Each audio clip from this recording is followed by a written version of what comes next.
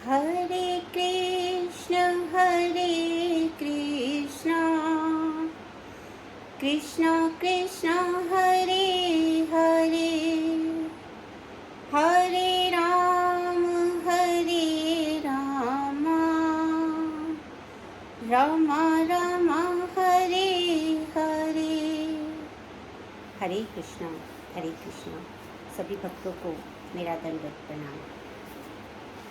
आज मैं भगवद गीता जी के 5वें अध्याय के 26वें श्लोक पर आपसे थोड़ी वार्ता करना चाहूँगी।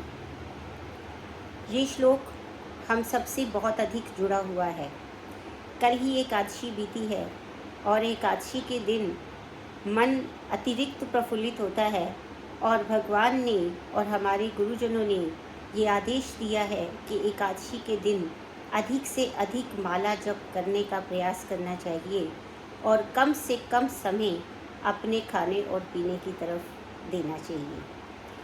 तो उसी श्रृंखला में ये एक श्लोक है, ये एक उपदेश है।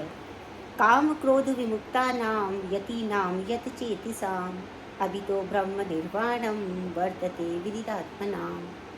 अर्थात इसका जो मीनिंग है वो ये कहना चाह रहे हैं कि जब जो व्यक्ति क्रोध और काम इन दोनों के वेगों से बिल्कुल रहित है और जो स्वरूप सिद्ध है, स्वरूप सिद्ध का अभिप्राय ये होता है कि व्यक्ति को अपना जो उसका वास्तविक स्वरूप है कि वो जो है, जो जीव है वो भगवान का एक शाश्वत अंश है और भगवान के साथ में उसका वो संबंध जो है वो पिता पुत्र स्नेह सखा किसी भी स्वरूप में हो सकता है, लेकिन जो उसका वास्तविक स्वरूप है वो है सेवक का। जीव जो है वो परम जीव परम ब्रह्म का सेवक है। इस बात को जो जान लेता है, जो समझ लेता है, जिसको इसका ज्ञान हो जाता है, उसे स्वरूप सिद्ध कहा जाता है, क्योंकि उसे अपने स्वरूप का वास्तविक ज्ञान हो चुका है।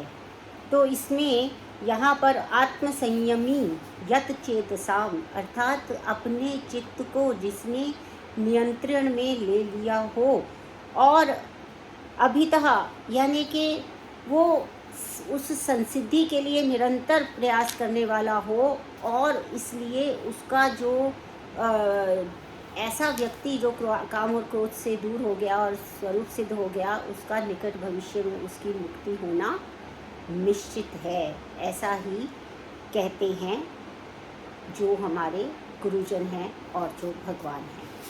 तो इसका तात्पर्य ये है कि जो मोक्ष है वो सतत जो प्रयत्नशील रहता है साधु पुरुषों में किसको मिल सकता है? वो मोक्ष मिलता है जो कृष्ण भावित व्यक्ति होता है।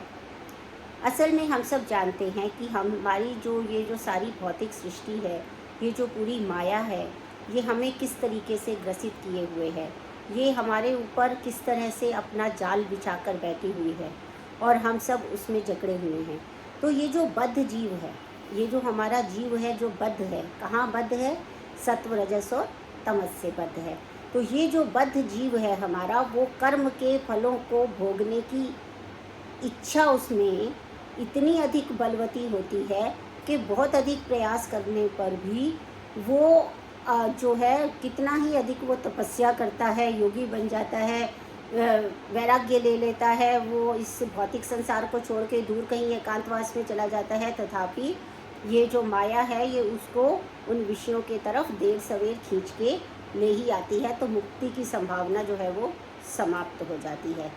किंतु जो भागवतम है, भागवतम के 4थे अध्याय के जो स्कंद है उसके 22वें अध्याय के 39वें श्लोक में उन्होंने ये कहा है कि आप जो है यत पाद पंकज आदि श्लोक जो आया है उसमें ये कहा गया कि भक्ति पूर्वक आप भगवान की वासुदेव की पूजा करने का प्रयास करते रहो।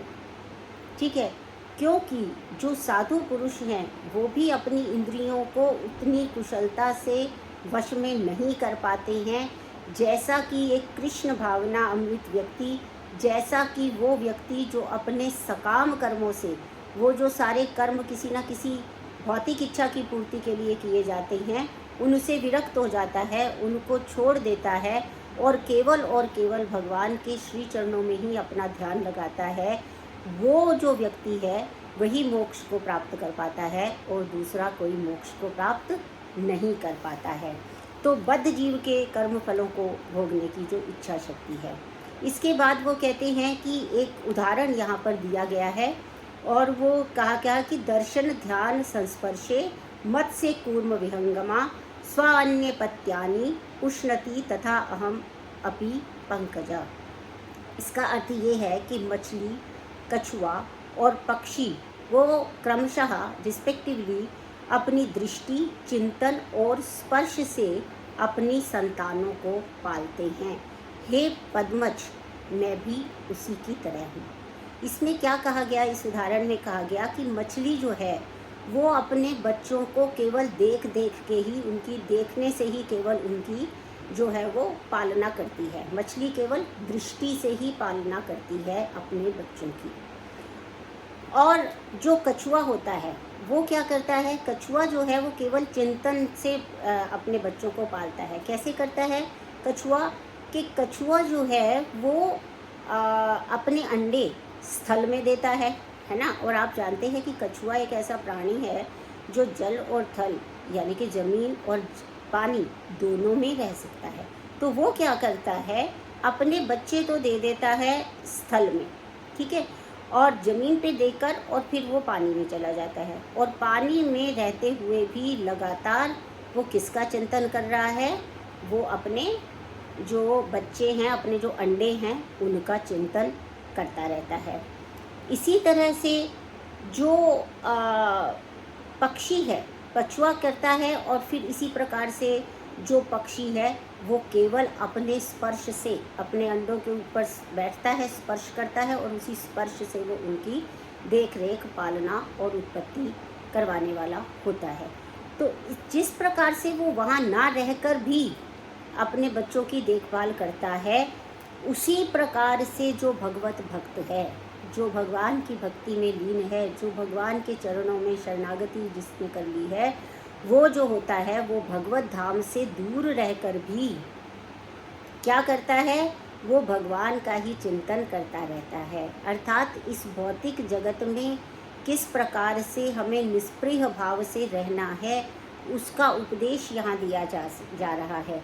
इस चिंतन को जो किसी के प्रत्यक्ष रूप से उपलब्ध ना होने पर भी जो चिंतन किया जाता है किसी का प्रेम में, वो क्या कहलाता है, वो विप्रलम्भ चिंतन कहलाता है। विप्रलम्भ का मतलब है प्रलब्ध नहीं है, अभी के अभी हमारे सामने प्रत्यक्ष नहीं है, परंतु वो जहाँ है वहीं पर रहते हुए दूर से ही उसका जो चिंतन किया जाता है वो विप्रलम्भ चिंतन कहलाता है। तो यहाँ पर भगवान जो है वो यही बता रहे हैं कि मेरे चिंतन में यदि कोई लगा रहता है, यानी कि अपने सारे भौतिक कार्य करते हुए भी यदि हमारा चिंतन केवल भगवान के चरणों में ही रहता है, केवल भगवान की वो मधुर वाणी, जो वो मधुर उनकी जो बांसुरी है उससे धुन सुनने में लगा रहते हैं, हमारे कान, हमारी आंखें उनका विग्रह दर्शन में लगी रहती हैं, हमारे हाथ उनके मंदिर को प्रक्षालित करने में लगे रहते हैं, हमारे पैर उनके तीर्थ तक जाने में लगे रहते हैं। तो ये सारी की सारी इंद्रियों को इस भौतिक जगत में रहते हुए भी यदि मानसिक रूप से वही चिंतन रहता है तो वो चिंतन जो है वो सफल होता है और बाकी सारी इंद्रियों से हमें अपना ध्यान हटाना बहुत ही सरल हो जाता है। और बड़े बड़े साधु और तपस्वी जो नहीं कर पाते हैं, वो एक भगवत भक्त जो है वो अपनी भक्ति के कारण पा लेता है। और इसी को ही जो है, इसी जीवन को क्या नाम दिया गया है, इसी जीवन को ब्रह्म निर्वाण का नाम दिया गया है। अर्थात भगवान में निरंतर चिंतन रत होने के कारण भौतिक कष्टों से मुक्ति उसे प्राप्त होती है। तो आज के लिए मैं इतना ही, और मैं ऐसी प्रार्थना करती हूँ कि इस एकादशी पर भी हमने किया, मैं समझती हूँ, मेरा विश्वास है कि आप सबने किया होगा, और हर एकादशी पे निर्जला एकादशी रखकर हम अधिक से अधिक समय भगवान के चिंतन में बिताएं और हम अपने मन को इस प्रकार से नियंत्रित करने का प्रयास करें कि वो जो भी काम कर रहा हो उस काम को करते हुए उसे केवल भगवान के श्री चरणों में समर्पित करता चले। हरे कृष्णा।